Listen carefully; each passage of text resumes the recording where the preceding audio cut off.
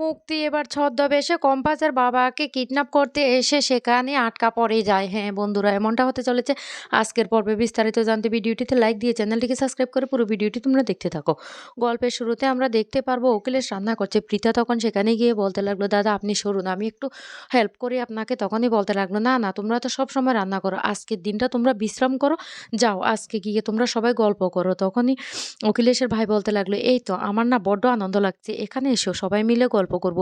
আর রান্নার ঘ্রাণ শুনে মনে হচ্ছে রান্নাটা অসাধারণ হবে। বৌদি কোথায়? বৌদিকে তো দেখতে পাচ্ছি না, বৌদি না থাকলে কি জমবে?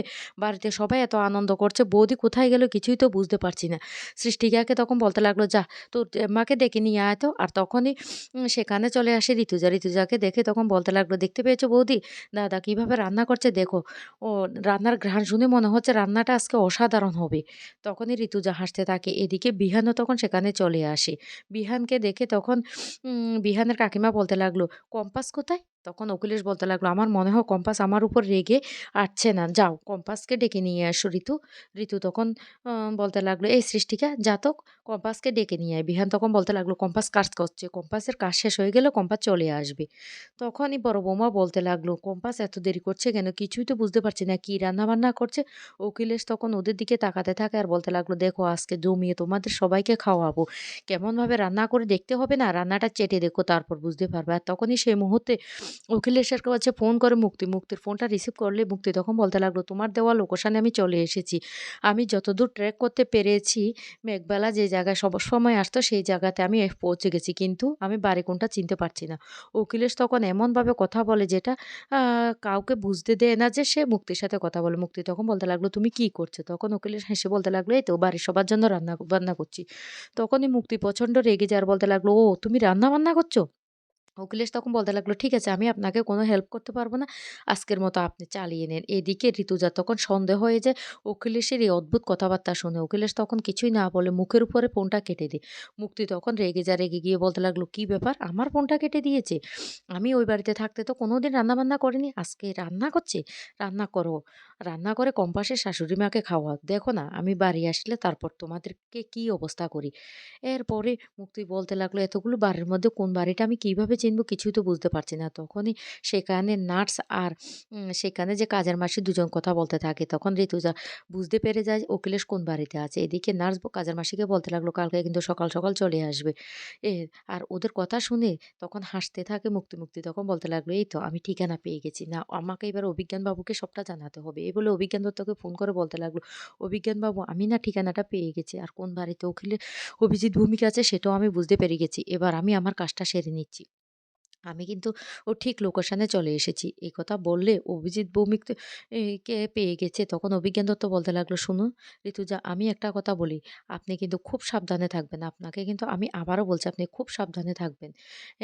কম্পাস কিন্তু এমনি, এমনি তার বাবাকে ওই জায়গায় রেখে আসেনি। এদিকে হঠাৎ করে কম্পাসের বাড়িতে কারেন্ট চলে যায়। কম্পাসের বাবা তখন উঠে বসে বলতে লাগলো, এতটা অন্ধকার? অন্যদিকে কম্পাসের হাতের যে ঘড়িটা ছিল সেই ঘড়িটি সিগন্যাল চলে আসে, রেড সিগন্যাল। আর তখন কম্পাস বুঝতে পারে তার বাবা বিপদের মধ্যে আছে। আর সিসিটিভি ক্যামেরাটা অন করলে তখন কিছুই দেখতে পায় না।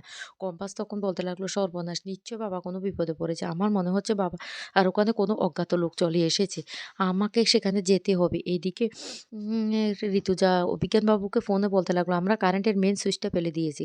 কিন্তু অভিজ্ঞান বাবু তারপরেও বলতে লাগলো, কম্পাস, কম্পাস সায়েন্সটাকে গিলে খেয়ে বসে আছে। কিছু না কিছু তো সে সেখানে সিকিউরিটি করে রেখেছে। না হলে এমনি, এমনি কম্পাস তার বাবাকে সেখানে ছেড়ে আসবে না। সাবধান আমি বলছি। ঋতুজা তখন বলতে লাগলো, কম্পাস থেকেও না আমি আরো ভয়ঙ্কর। কম্পাস কি ভেবেছে নিজেকে? এবার দেখুন না আমি কিভাবে সেখান থেকে অভিজিৎ ভূমিকে নিয়ে যাই। অভিজ্ঞানবাবু বলতে লাগলো, আপনি বুঝতে পারছেন না অভিজিৎ ভূমিকা তার মেয়ে কতটা ভয়ঙ্কর, আপনি সেটা আন্দাজ করতে পারছেন না। প্লিজ, আর আপনাকে একটা কথা বলি, সেখানে কারেন্ট আছে। আপনি কারেন্টে আটকা পড়ে যেতে পারেন, সাবধানে। তখন ঋতুজা বলতে লাগলো, আমি তো কারেন্টের মেইন সুইচটাই ফেলে দিয়েছি। তাহলে আমি আটকা পড়বো কি করে? আপনি এ নিয়ে একদম চিন্তা করবেন না। এই বলে ফোনটা কেটে দেয়। আর হাসতে থাকে ঋতুজা। মুক্তি তখন বলতে লাগলো, দেখো না এবার আমি কি করি, কি করি? এই বলে খুব খুশি হয়ে যায়। আর তার লোককে বলতে লাগলো, এবার আমাদেরকে সেখান থেকে ওই লোকটাকে কিডন্যাপ করে নিয়ে যেতে হবে।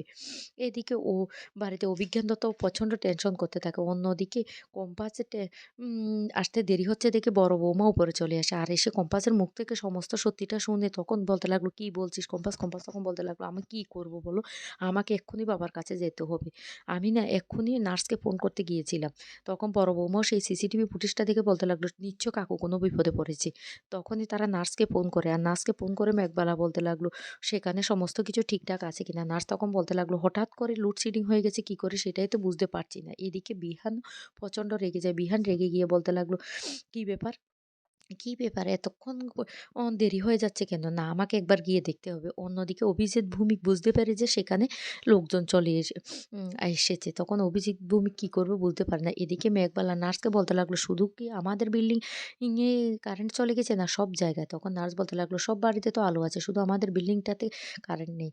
তখনই মেঘবালা টেনশনে পড়ে যায়। কম্পাস তখন বলতে লাগলো, "এদিকে দাও ফোনটা।" এদিকে অভিজিৎ ভৌমিক বলতে লাগলো, "মনে হয় ফিউজ হয়ে গেছে। আমি গিয়ে দেখি।" কম্পাস তখন বলতে লাগলো, "না বাবা তুমি কোত্থাও যাবে না। তুমি ঘর থেকে বেরোবে না।"